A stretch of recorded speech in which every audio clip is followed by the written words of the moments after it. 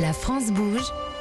La pépite du jour. Et oui, parce que chaque année, nous remettons les trophées européens de l'avenir. Ici, on découvre des pépites, des toutes petites entreprises. Aujourd'hui, c'est un projet dont l'idée est née en 2018. C'est ça, c'était en Algérie. C'est ça. Vous viviez là-bas à l'époque.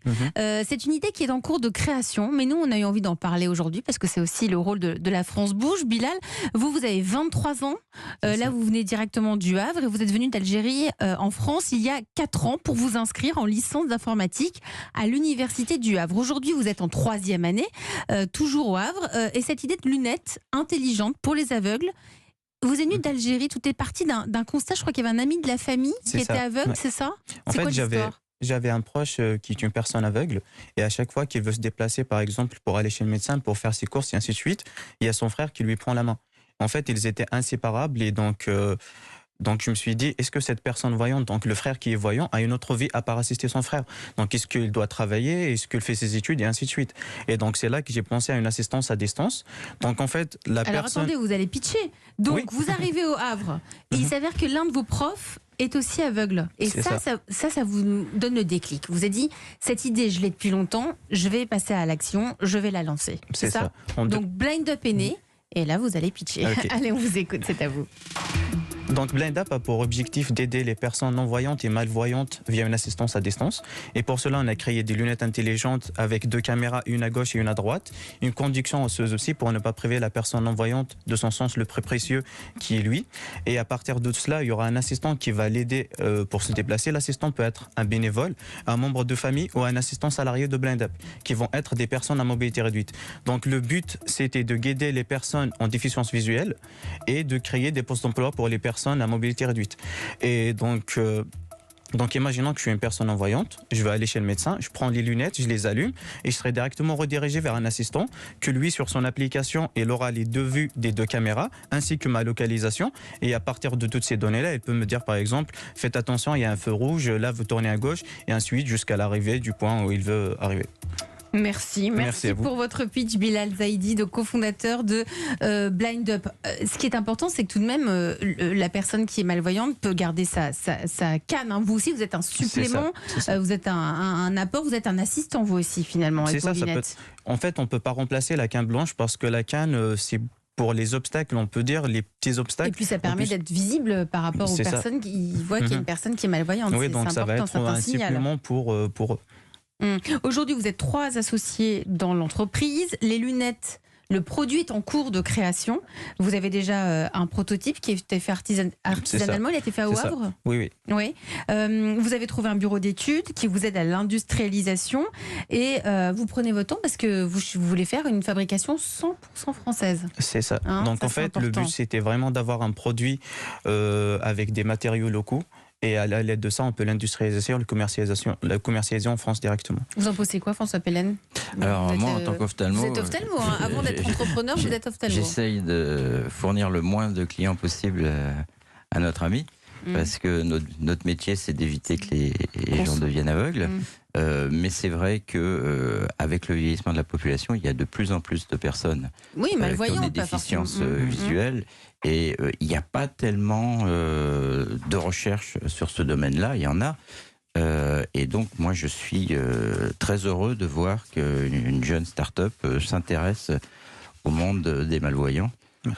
Qui sont... alors, vous n'avez pas donné les statistiques, mais je crois qu'il y en a de plus en plus. Quand même. C'est ça. En France, on a plus de 207 000 personnes non-voyantes. Et dans le monde, on est plus de 36 millions de personnes aveugles. Alors, si vous êtes... parmi nous aujourd'hui, Bilal Zaidi, c'est parce que vous avez des besoins. Donc nous, on va se tourner vers Nathalie Carré, qui est en charge de l'entrepreneuriat à la Chambre de commerce, qui chaque jour, c'est son job, elle connaît ça, elle fait ça tous les jours, analyse des projets d'entreprise et donne des conseils, essaie de donner des directions, elle les accompagne. Bonjour Nathalie. Bonjour Elisabeth, bonjour tout le monde. Donc Nathalie, Bilal a besoin de lever des fonds pour finaliser le prototype, parce qu'on l'a dit, hein, ces lunettes pour l'instant ne sont qu'à la phase du prototype. Quelles sont vos suggestions? Comment l'aider? Alors la bonne nouvelle, c'est que vous avez déjà une reconnaissance avec un prix de Réseau Entreprendre. La moins bonne nouvelle, c'est que c'est un petit marché pour un investisseur, environ 207 000 non-voyants et 932 000 malvoyants en France. Bon, personnellement, moi je trouve que c'est une bonne nouvelle, mais enfin bon. Alors toutefois, il y a peut-être une piste à explorer. Elisabeth, vous le savez, j'aime bien le collectif. Alors vous pourriez faire une équipe composée de partenaires qui financent et d'autres qui vous aident pour éviter de dépenser. Alors, cette équipe, c'est des entreprises qui font du mécénat et qui aident des projets soit financièrement, soit ont mis à disposition de compétences. Vous démarrez, vous avez besoin des deux. Il y a bien sûr des conditions pour que votre structure soit éligible au mécénat, mais l'aspect social de votre projet devrait aider. Puis vous pourrez trouver toutes les informations sur le site de l'association Admical qui fédère les entreprises qui pratiquent le mécénat.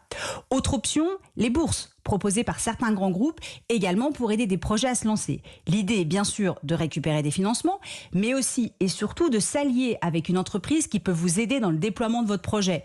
Que ça soit une mutuelle en testant une prise en charge de vos lunettes, ou une entreprise de la santé pour vous aider sur des parties techniques, ou une autre qui pourrait faire la promotion de vos lunettes, etc. 2, une communauté de patients qui cofinance le projet par le biais d'une souscription d'une précommande. 3, un distributeur de produits dédiés aux personnes mal ou non-voyantes qui peuvent proposer vos lunettes, peut-être en bêta-test dans un premier temps. L'idée, c'est d'avoir un partenaire pour donner de la visibilité à vos lunettes quand elles seront en commercialisation. 4, évidemment, la Fédération des aveugles de France qui peut très certainement vous aider à rencontrer les bonnes personnes et vous faire gagner du temps. 5, vous êtes jeune, vous avez des amis étudiants, quoi de mieux qu'un collectif d'étudiants pour prêter main forte pour une campagne de financement participatif, le lancement d'un site internet, la prospection de partenaires, bref, votre projet a du sens et de l'impact, tout ce que cherchent nos étudiants. Là encore, il s'agit de vous éviter de dépenser de l'argent. Et 6, une personnalité non-voyante comme parrain de votre innovation pour la légitimité. Une fois que tout ça est réuni, ça va être beaucoup plus facile de fédérer des business angels autour de votre projet. François Pellen, je voulais réagir. Oui, moi je voulais donner un petit conseil en plus. Bien sûr, vous avez, bien si sûr, je peux me permettre. Évidemment.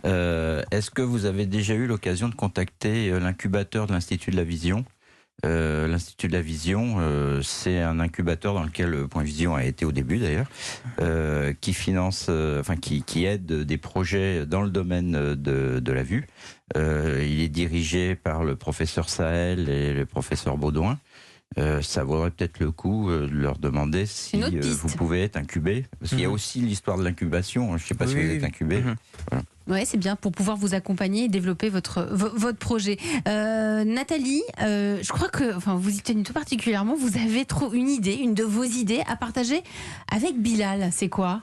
Alors vous allez vous moquer, mais non. non. Je pensais que les caméras captaient des informations exactement comme une voiture autonome, mais avec une interface vocale pour guider la personne non-voyante. Et fini la canne blanche. Après, j'ai vu que je me trompais, mais j'avais envie de partager ça avec vous. Et si vous récupériez la technologie des voitures autonomes pour vos lunettes ? C'est pas mal. Alors, si votre partenaire industriel est un constructeur automobile qui pourrait faire du mécénat de compétences pour vous aider à implémenter leur technologie dans vos lunettes ? Et si vous faisiez un tweet à Elon Musk pour lui demander son aide ? Elon Musk, qui a créé la Tesla, donc la voiture. Et oui, parce que ça a beau être un petit marché, il y a déjà quelques innovations prometteuses. Il faut donc travailler sur aujourd'hui en pensant à demain. Et si Blind Up était le magicien qui transforme une personne non-voyante en une personne à la vision augmentée ? Ah, c'est pas mal tout ça. Vous avez pris des notes, j'ai vu. Ouais, vous êtes très sérieux. Ouais. Comment vous réagissez ? Pour l'intelligence artificielle, en tout cas, en ce moment, c'est très difficile de faire ça. Donc, on a parlé des voitures autonomes, mais on voit que même les grandes entreprises avec des grandes bases de données, c'est très difficile pour eux d'utiliser l'intelligence artificielle. Même pour arriver à avoir une voiture autonome à 100%, c'est très difficile. Donc, pour avoir une personne, donc un assistant virtuel avec une intelligence artificielle pour une personne aveugle, je trouve que en ce moment, c'est très délicat parce que déjà, il y a plus de risques. Une personne aveugle va se déplacer. Il y a des voitures, il y a des trottinettes, il y a beaucoup d'obstacles. Donc, pour faire ça, on a besoin des bases de données énormes. Donc, je pense que vous savez ça parce que... Vous tournez vers Delphine Groll de Nabla qui est quand même la...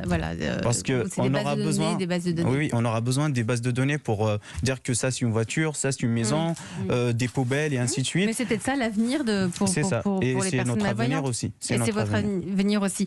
Merci Nathalie Carré. On vous retrouve demain pour des prochains et des précieux conseils dans La France Bouge. Si vous aussi vous êtes une pépite, si vous avez envie de venir pitcher votre projet d'entreprise, Nathalie Carré, il n'y a qu'une seule adresse, c'est laquelle ? E1-lafrancebouge@europe1.fr. Premier juré, Solène Godin, Charlotte Barrecan et moi. On lit toutes les candidatures reçues.